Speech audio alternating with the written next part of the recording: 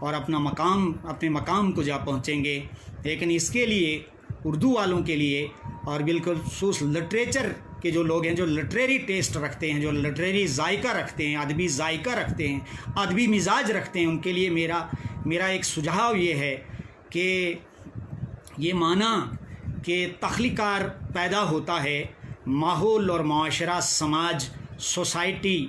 جو ہے اگر اس کو سنوارتی ہے، اس میں 4 میم جو ہے میں سمجھتا ہوں بڑے اہم ہیں. اگر ان 4 میم پر ہم غور و فکر کریں اور ان کو عملی جامہ پہنائیں تو یقین جانیے کہ معاملہ اور انشاءاللہ اللہ کی مدد شامل حال رہے گی. وہ 4 میم یہ ہیں. پہلا میم ہے محنت، دوسرا میم ہے مشاہدہ، آپ کی آبزرویشن کیا ہے، آپ کیا دیکھتے ہیں، کیا نہیں دیکھتے ہیں، اور تیسرا ہے جو ہے کیا کہتے ہیں مطالعہ، اور جو ہے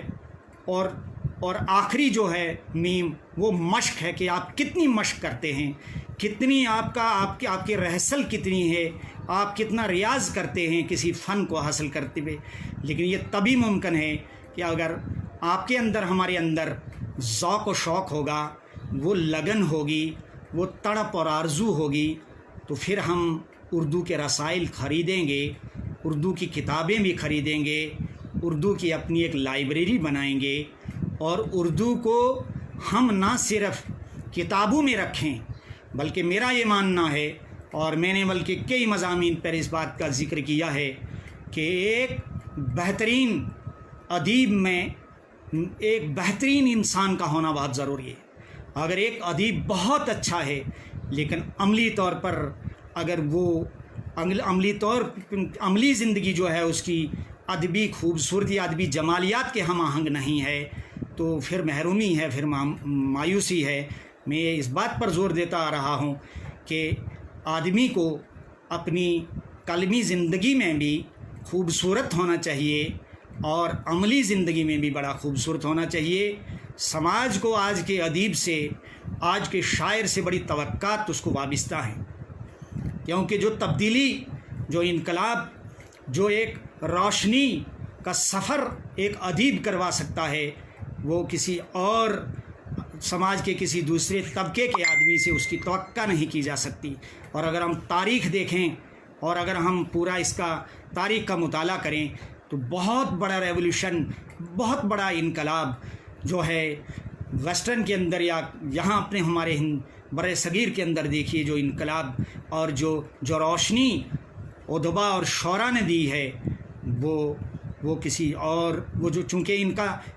چونکہ ہم ادیب اور ہم قلمکار، ہم ادیب اور شاعر، ہم مفکر اور ہم فلسفی اصل میں جذبات اور احساسات کے کھلاڑی ہوتے ہیں.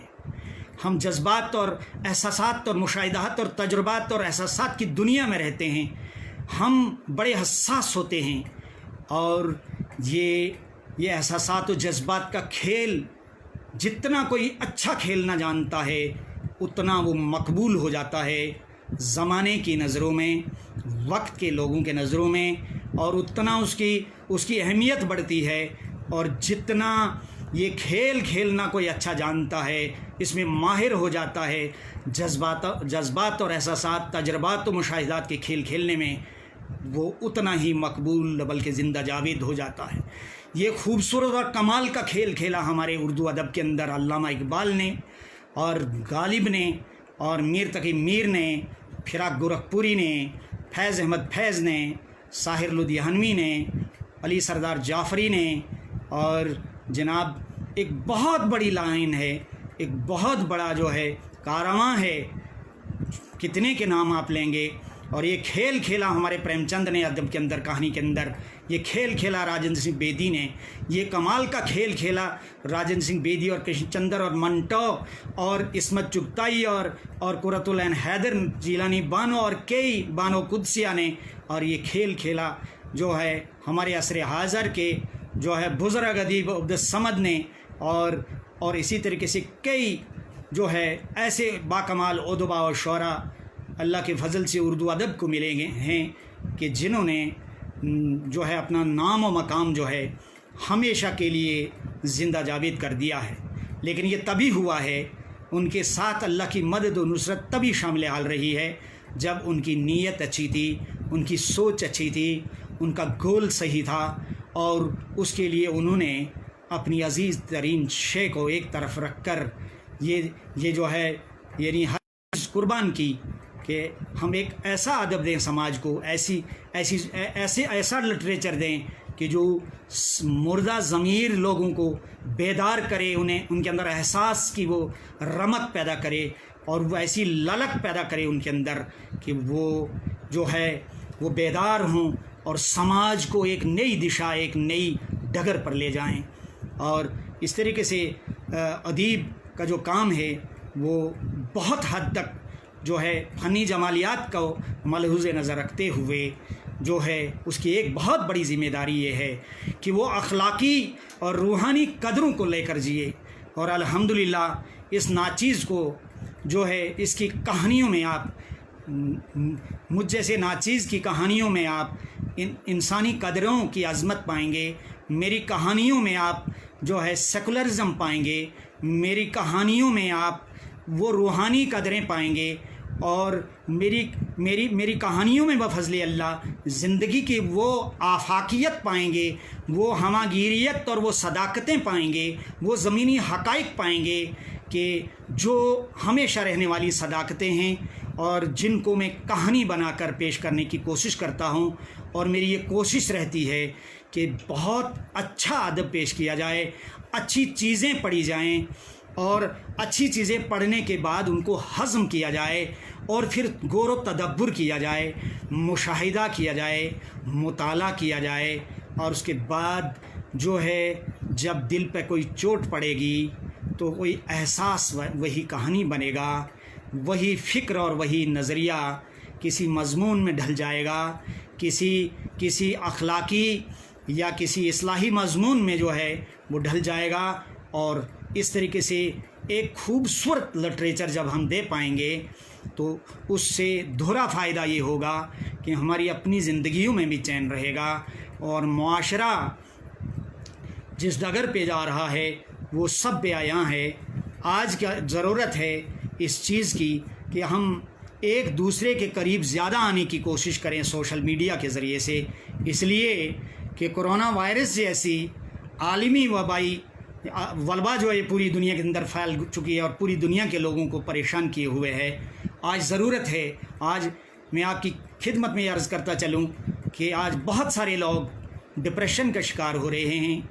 انہیں ہنسی کسی بازار میں نہیں مل پا رہی ہے، انہیں کوئی دوست، انہیں کوئی محسن، انہیں کوئی ہمنوا ایسا نہیں مل رہا ہے جو ان کی بات سنے، ان سے بات کرے، دور رہ کر بھی جو ہے ان کے ساتھ وہ سکھ دکھ کی بات کرے۔ آج والدین اور اولاد کے درمیان جو بعد پیدا ہوا ہے، جو دوری پیدا ہو رہی ہے، بہت ساری ایسے منفی اثرات پڑے ہیں، سوشل میڈیا کے غلط اثرات بھی ہماری سوسائٹی پڑے ہیں، لیکن اس میں قصور سوشل میڈیا کا نہیں ہے، اللہ تعالیٰ کی یہ نعمتیں ہیں۔ میں نے پہلے ہی آپ کی خدمت میں عرض کیا کہ ریڈیو، ٹیلی ویژن اور موبائل فون اور انٹرنیٹ اور بہت ساری ایسی چیزیں، یہ ساری کی ساری چیزیں اللہ تعالیٰ کی ہم انسان کو عطا کردہ نعمتیں ہیں، لیکن ان ساری چیزوں کا استعمال جائز طور پر ہونا چاہیے، مفید ہونا چاہیے، مضر اس کا استعمال نہیں ہونا چاہیے۔ اس سے تعمیری سوچ جو ہے پیدا کیا جانے کا والا کام لیا جانا چاہیے، اور اس سے یہ فائدہ پھر ہوگا کہ ہماری جو نئی نسل ہے، ہمارا جو معاشرہ ہے، ہمارے جو سماج کے اندر بہت ساری جو کمزوریاں ہیں، جو بہت ساری برائیاں ہیں، ان کو ختم کیا جا سکتا ہے۔ میں تحریک بقائے اردو کے حوالے سے چند معروضات آپ کے سامنے رکھنا چاہوں گا کہ تحریک بقائے اردو جو ہے کم و بیش یہ 2 دہائیوں پر پھیل چکی ہے، اور بہت اچھا کام کیا اس تحریک نے، ایک بیداری پیدا کی کہ اردو کو کس طرح سے تحفظ فراہم کیا جائے گا، اور اردو کس طریقے سے پھلے پھولے ہمارے دفتروں میں، ہمارے چوک چوراہوں میں، اور ہمارے تعلیمی اداروں میں، باقی غیر تعلیمی اداروں میں، ہر جگہ کس طریقے سے کم از کم ہماری جو اردو ہے پورے ہندوستان کے اندر اس کو صحیح تحفظ کس طرح سے فراہم ہو، اور اس کے لیے ہمارے کچھ محبین جو خاص طور سے اردو کے بڑے شیدائی ہیں، جس میں عرفان عارف صاحب ہیں، ذاکر ملک بھلیسی صاحب ہیں، اور جناب وہ بخاری صاحب ہیں، اور بہت سارے لوگ ایسے ہیں کہ جنہوں نے اردو کے تحفظ کا درد لیا ہے، ایک احساس پیدا کیا ہے کہ اردو کو اس کا جو صحیح مقام ہے بالخصوص ہماری ریاست کے اندر اسے ملنا چاہیے۔ اور میں موجودہ حکومت سے بھی یہ توقع رکھ رہا ہوں کہ انشاءاللہ آنے والے وقت میں موجودہ حکومت اردو کے فروغ اور اس کی ترقی کے لیے بہت اچھا کام کرے گی، اور یہ اردو کہ جس میں جو صرف مسلمانوں کی زبان نہیں ہے، بلکہ اس میں مسلمانوں کے ساتھ ساتھ میں ہندو ادیبوں، شاعروں اور ہمارے سکھ مت کے جو لوگ ہیں بہت بڑی تعداد ہے۔ ہماری ریاست کے اندر بڑے کمال کے جو ہے شاعر ہیں، ہمارے پرت پال سنگھ بیتاب ہوئے، اور اس طریقے سے ہمارے بلراج بخشی صاحب ہیں، اور بہت سارے لوگ جو ہمارے بیچارے یہاں اپنے غیر مسلم بھائی ہیں، جس میں ہندو ہیں، جس میں ہمارے جو ہے اشاق کشتواڑی صاحب ہمارے، اس طریقے سے شام طالب جی اپنے طور پر ادبی کنج چلائے ہوئے ایک زمانے سے، یہ سارے کے سارے محبان اردو ہیں جو مسلمان نہیں ہیں، لیکن مسلمانوں سے کم کام اردو کا نہیں کر رہے ہیں۔ اسی طریقے سے اگر ہم ملکی سطح پہ دیکھیں اور پھر عالمی سطح پر دیکھیں تو اس میں ہندو ہیں، مسلمان ہیں، سکھ ہیں، عیسائی ہیں، بہت کام کیا ہے اس زبان کے لیے بلا لحاظ مذہب و ملت سبھی فرقوں کے لوگوں نے۔ لہٰذا یہ وہ زبان ہے جو ہماری شریانوں میں اب گردش کرتی ہے، یہ وہ زبان ہے جس میں شہد کی سی مٹھاس ہے،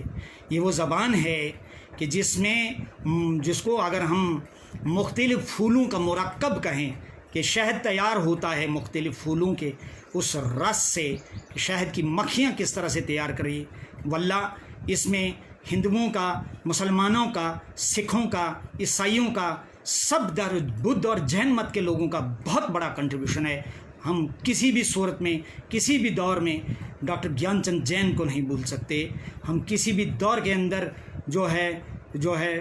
وہ ہمارے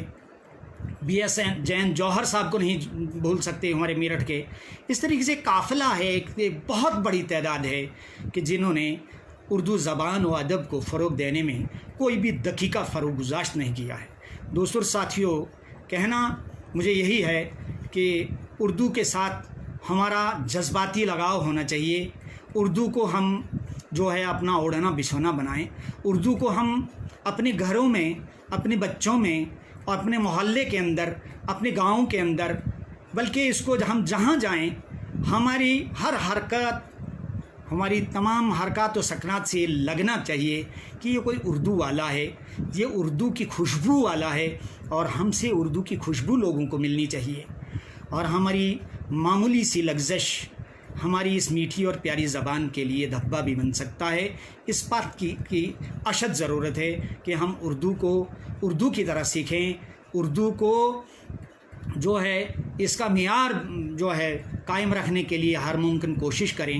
اور اپنے تجربات اور مشاہدات کو مسلسل تحریری صورت میں جو ہے سامنے لانے کی کوشش کریں۔ اور بہت سارے جو نوجوان ہیں جن میں لکھنے کی للک ہے، جن میں لکھنے کی تڑپ ہے، ان کو چاہیے کہ وہ مسلسل مطالعہ کریں اور مشاہدہ کریں، دیکھیں، کیونکہ ادب جو ہے اس میں لاجیکلی، منطقی، استدلالی جو ہے پہلو یا وہ دلیلیں، وہ حقائق جو ہے بڑی اہمیت رکھتے ہیں۔ ہم زیادہ سے زیادہ مشق کریں، زیادہ سے زیادہ محنت کریں، زیادہ سے زیادہ مطالعہ کریں، اور زیادہ سے زیادہ کوشش یہ کریں کہ ہم معیاری رسائل میں اپنی نگارشات کو، اپنی تخلیقات کو بھیجیں، تاکہ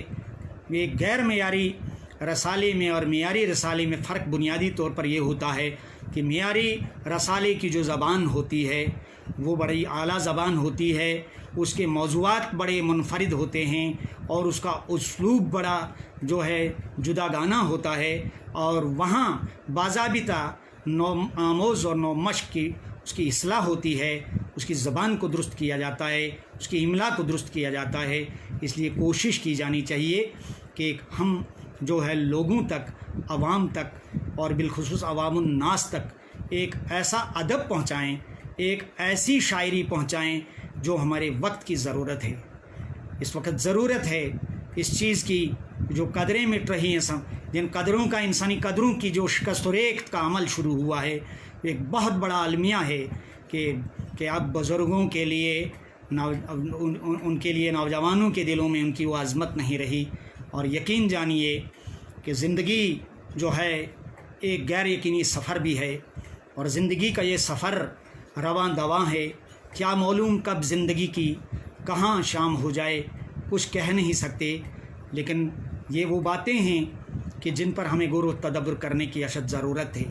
ہم سارے کے سارے دنیا میں جو پیدا ہوئے ہیں، ہم وقت کے دریا میں بہہ رہے، اور دیکھیے وقت کہ اس کی قسم کھائی ہے اللہ رب العالمین نے کہ مجھے قسم ہے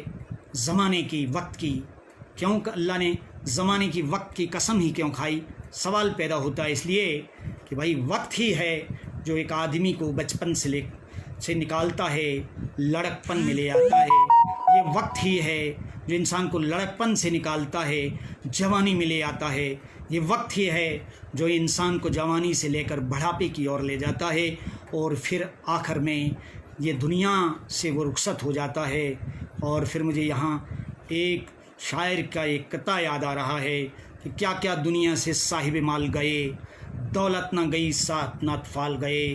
پہنچا کے لحد تلک پھرائے سب لوگ، ہمرا گر گئے تو اعمال گئے۔ میں اپنی بات ختم کرنا چاہوں گا جو ہے بشیر بدر کے شعر پر کہ اجالے اپنی یادوں کے ہمارے ساتھ رہنے دو، نہ جانے کس گلی میں زندگی کی شام ہو جائے۔